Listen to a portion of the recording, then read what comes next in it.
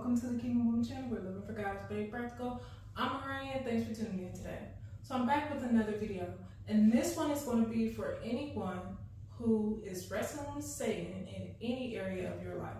If that sounds like you, you are going to want to stay tuned until the end of the video. Let's go.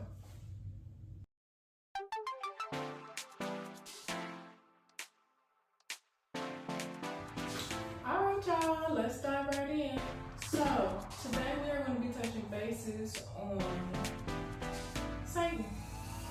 Because Satan is running rampant throughout this world right now, and people seem to be very uncomfortable with the affairs of the world and the things they see taking place in the world.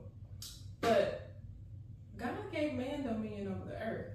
So these things that are taking place because of Satan, we have power and authority over them as kingdom citizens. We don't have to allow Satan to run rampant throughout the world and just do whatever he wants to do. He is not all powerful. You have more power and more authority than Satan if you are kingdom. And so that is what today's video is going to be all about. This one is going to be really quick. I'm not going to stay before you long because it really doesn't take a long time to figure Satan out. Satan is not that deep, okay? So look, when Jesus was on this earth, he wrestled with Satan, right? But his interactions with Satan directly head on was when he was tempted, and when that interaction took place, it was easy. All he had to do was resist the devil, and he left. That's it. So if there's an area in your life where Satan has a foothold, has a stronghold, has his foot in the door, it's because you haven't told him no. And all you have to do is tell him no, and he no longer has access to your life. Satan has access to your life when you give him access to your life. And so the things that you see being made manifest throughout the world that seem to be atrocious and horrible and unbelievably evil, those are physical manifestations of what people allow themselves to interact with spiritually. We wrestle not with flesh and blood, but against spiritual wickedness in high places, okay? So when people do you wrong, when you see things going on that are crazy in the world, it's because Satan has influenced someone to do something horrible in the world. Satan does not have a body. Satan is not all powerful. Satan knows that man has dominion over the earth. Satan knows that he needs a flesh suit. Just like you have a flesh suit, you're a spirit in a body to operate in the world. So he'll use people, whether knowingly or unknowingly. Okay, and so that's when you see horrible things take place. The people that you see doing horrible things, they're doing so because they're under demonic influence, baby. Okay, and in Luke 10 and 19, we know that we have been given authority to tread upon serpents and scorpions and over all the power of the enemy. So when God created earth, he gave man dominion over the earth. He did not give Satan dominion over the earth. Now, when God created man, Satan had already fallen. Satan was already on the earth. But he created man in his image and his likeness, and he gave man dominion over the earth. Not Satan. Satan doesn't have a body. That's why he had to enter a serpent. That's why he had to enter into a snake. He needed a flesh suit to interact. So he entered into a snake to talk to Eve in the garden. And today he'll enter into a man to talk to you in your physical reality. So, but we know that we can resist the devil, for one. He come up in somebody else. Satan is in somebody else. Sometimes he's in you. Just like if I run up on you and I punch you, Satan was in me. He told me to punch you. I'm just saying. But okay, so if Satan comes and he's talking, all you have to do is resist, right? Now, you also have authority, right? When you walk in, if you're kingdom, baby, when you walk into that room, something should happen. Now, Satan should not even feel comfortable in your presence, for one. So, because you have dominion over him, you have authority over him. And in Matthew 16:19, it tells us that God has given us the keys to the kingdom of heaven, the ability to bind and loose whatever we open our mouths and bind and loose. And whatever we bind and loose on earth, God will bind and loose in heaven. And so it's done, right? That's the type of authority and power that we operate in as kingdom citizens. Now, notice I said as kingdom citizens, because we see the sons of Sceva out here trying to cast out devils. They had not been given the authority to do that because they had not traveled down the process to obtain that type of authority, right? So they attempted to do it, but they had not reached a level of authority and maturity to where they were able to do that. So it didn't work out well for them, even though they opened their mouth and tried to say something. And I'm not trying to deter you away from operating in the authority and the power that's available to you. I'm letting you know that there is an example in the Bible where somebody tries to operate in that authority and that power out of season, and it does not work well for them. So you have to make sure, if you have a desire to operate in this power and authority, it's your season. And you have been given the power and authority to do so. Even if you have not been given the power and authority to speak to the devil and tell him, what's going to happen and what ain't, you have the authority over yourself. You have the ability to refuse anything the devil is trying to bring your way. All you have to do is refuse, and he has to leave. He will leave, right? It's when you don't refuse that the door is open and he tippy toes right on in, all happy, dancing and stuff, because you just gave him an opportunity to run rampant over your life. And so you can speak to the doors that you have opened to him. You can speak to the strongholds that are present in your life right now. And you can shut them. You can bind them in the mighty name of Jesus right now, if that's what you want to do. You can pray to God and ask. If you don't feel confident in binding some stuff and loosening some stuff, pray to God and ask him to deliver you right now, right? And ask him to take your desire away for that thing. Because what will happen is, just because you bind it right now, it doesn't mean that Satan ain't gonna come back. Satan comes back after a while.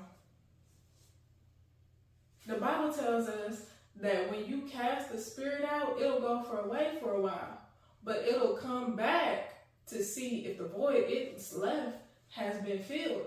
If that void has not been filled, that devil is going to try to tempt you one more time. And if it is successful with tempting you, and you do not tell that devil no, it's going to bring some friends with it that next time. And so you're going to have a harder time getting rid of it, right? And so that is something that people in the world, they don't tend to understand. They think that if I pray one time, I shouldn't feel any more temptation anymore. This thing should go away forever, and I shouldn't have to wrestle with it anymore. But the devil is still on the loose. So, you know what I'm saying? You have power and authority over Satan. But if you tell him yes, you give him permission to interact in your reality. But if you tell him no, you resist the devil so he can flee, he does not have any permission to interact in your reality. And so you get tested each and every day, all day long. Satan is there trying to tempt you each and every day, all day long. It's your responsibility to tell him no. It's your responsibility to close them doors. Even if you tell him yes, that's okay, baby. You know, you can still turn around, whenever you feel like it, whenever you feel like finally telling the devil no, I want you to know you can tell the devil no. You know what I'm saying? Because there was a time when I was out there sinning and grinning. Sinning and grinning, baby. Okay, so you can tell me nothing. Absolutely nothing. Okay? So there comes a time when you gotta grow up, baby. You can't sin and sin. Sin ain't fun forever. You know what I'm saying? Sin ain't fun forever. You gotta grow up one day, and one day you get to a point where you like, man, something gotta give. And that's okay. If you ain't there yet and you wanna be there, all you gotta do is pray about it and tell God to change your appetite for that thing. You don't wanna sin no more, tell God to take the pleasure away. If you smoke cigarettes, you can ask God to make you sick every time you smell a cigarette or something like that. You can ask him to take your desire away from that thing, and he will do it because he wants you to be set free. He sent his son to die so you could be set free, so you don't have to wrestle with these strongholds in your life. When Jesus was on this earth, he wasn't sitting up all day long wrestling with Satan. He resisted. He went on about his business, binding and loosing and casting out devils, baby, and growing back arms and letting the blind see. That's what Jesus did, and kicking it with the homies. And you don't see him wrestling with Satan every day.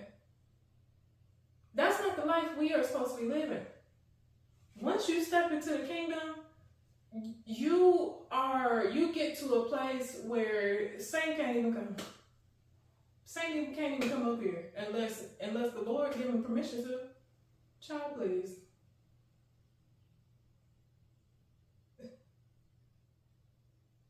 Come over here and do what?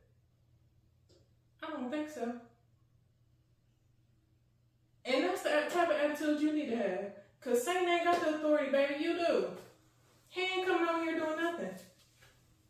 He is not coming over here doing nothing. No, man. You don't have to live like that. You don't have to live like that. And I want to keep preaching and teaching and telling y'all that you don't have to let Satan run rampant all over your life. You don't have to have these strongholds. And for a season, you may be dealing with something.